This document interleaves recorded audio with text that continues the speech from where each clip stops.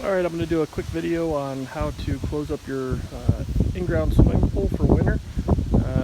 My pool here, I've gone ahead and cleaned it. It's not as clean as I'd like it to be, but that's what we're going to have to go with at this point. Try and get all the leaves out, as much of the debris out as possible, and then we'll show you how to do the rest. Alright, the next step, I'm over here at my pump and filter. What I'm going to go ahead and do is backwash the system here, or the filter. So I've gone ahead and I've turned off the pump. We're going to go ahead and we're going to move this nozzle here to backwash, and then we're going to go ahead and flip the power switch to the pump, and we'll go ahead and backwash just as we do every week or so to clean out the filter. I'm going to backwash pretty much until I run the pool down, so the pump starts to run just a little bit dry. Alright, well, the pump is pumping out or backwashing the filter and pumping the water out of the pool. I'm going to go ahead, I have two ladders or bars that go into the pool. The one you see there, and then this one here. I'm going to go ahead and show you how you remove those. Very simple. You just pull this grommet here, cover up.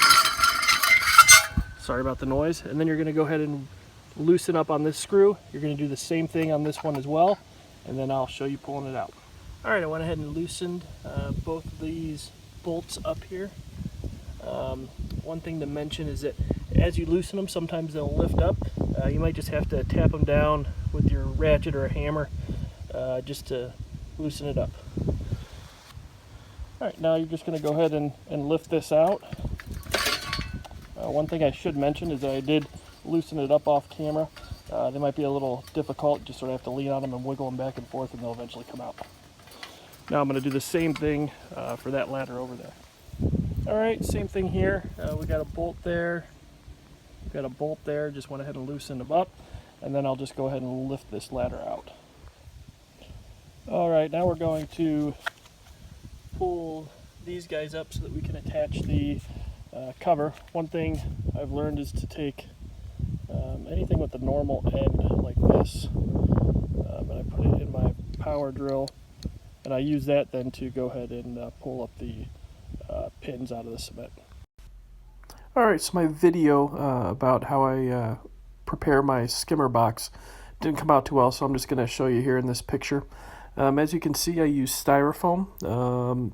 It's actually styrofoam boards. I have one big one there in blue that's sort of going up and down, and then on each side of that I have other pieces, one there in pink you can barely see, and then one in blue there with a number 3 on it. And then as well, I shove some of the styrofoam up underneath the what is the chlorine basket there, and then I shove a piece in there vertically to hold that down towards the bottom.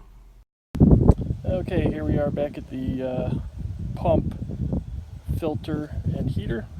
What we'll do here is we will pull this plug at the bottom of the filter, and then we will pull this plug and this plug on the pump, as well as I will pull these two fittings apart here, and then leave them a little loose over winter so water could escape if there was any, but critters can't get in. As well, I'll probably just pull this one apart just to double check that there's no water up there.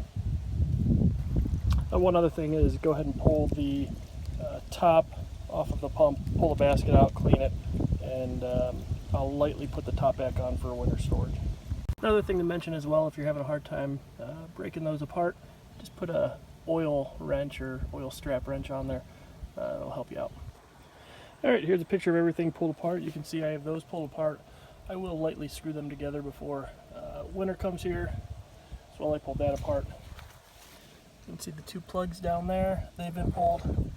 The plug in the filter here is still draining. One other thing I forgot to mention is make sure you turn the filter itself to Winterize here.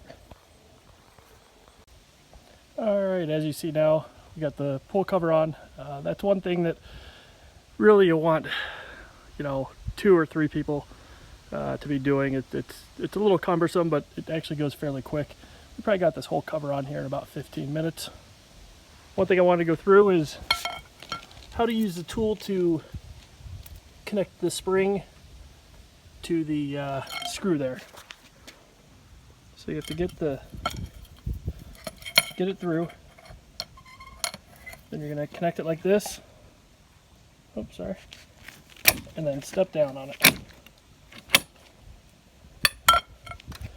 Now you'll see it's connected. Probably not advisable to wear flip-flops, but that's what I have on today. So I'll finish a little bit more of this up, and then only thing really left to do is go ahead and put on the cover pump, and I'll show you that as well. Alright, here's my pump that I use. I believe it's a little Giant. One thing I found that works pretty well, and we'll be on our second season here with it, is this little cover blast apparatus that I stick on it, and it actually shoots the water off of the pool.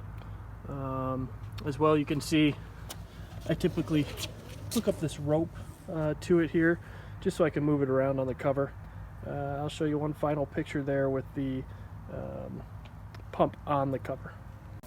Alright, there you can see the cover blaster working. It throws the water there pretty far.